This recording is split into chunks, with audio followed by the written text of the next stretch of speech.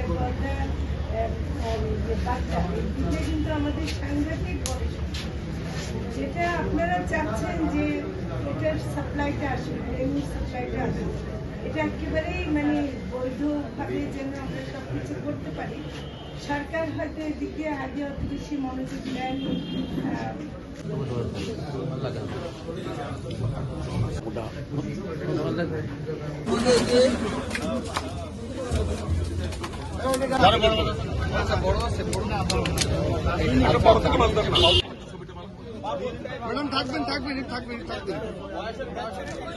আমার সামনে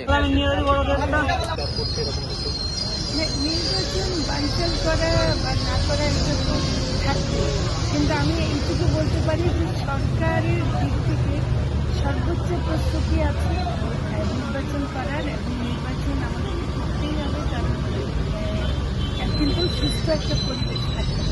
আজকে যদি খাদি নির্বাচনের কারণে খাদির উপর আক্রমণ হয়ে থাকে, তাহলে তো অন্য প্রার্থীরাও সেটা সংকটে আছে। কিন্তু আমার মনে হয় যে এখানে যে গোষ্ঠী জড়িত থাকুক না কেন, এটা মনে রাখতে হবে যে সরকারি ব্যাপারে কঠোর হস্তক্ষেপ। মাননীয় উপদেষ্টা মহোদয় ফলতিতা মৎস্য আড়ত পরিদর্শন করেছেন, চাষিদের সাথে কথা বলেছেন, ডিপো মালিকদের সাথে কথা বলেছেন।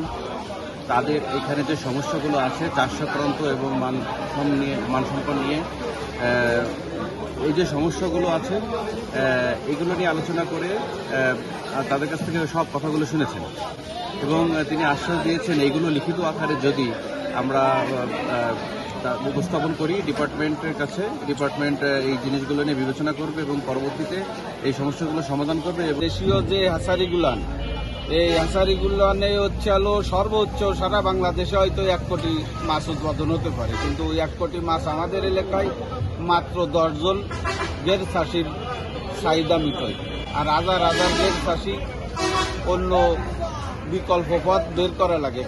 আগে নদীর কোনায় আমরা গের চাষ করতাম, এই নদীর কোনার পরে হ্যাচারি শুরু হলো, হ্যাচারিগুলো সব মার খেয়ে গেল লসের কারণে। মানুষ লস খাতি বলে হ্যাচারি প্রোডাকশন হয় না, আর কারণে এখন এই যে ইন্ডিয়ান যে মাছগুলো আমরা বলি ইন্ডিয়ান মাছ, গঙ্গার মাছ, এগুলো মাছ বিলাকে আসে 2200 টাকার মাছ 4000 টাকা ছাড়তে।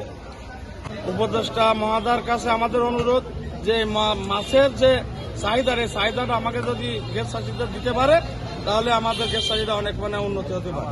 খাবারের মানটাকে যদি বিশেষভাবে নজর দেন তাহলে আমাদের জন্য গের চাষিদের জন্য গের করে লাভবান হওয়ার সম্ভাবনা আছে।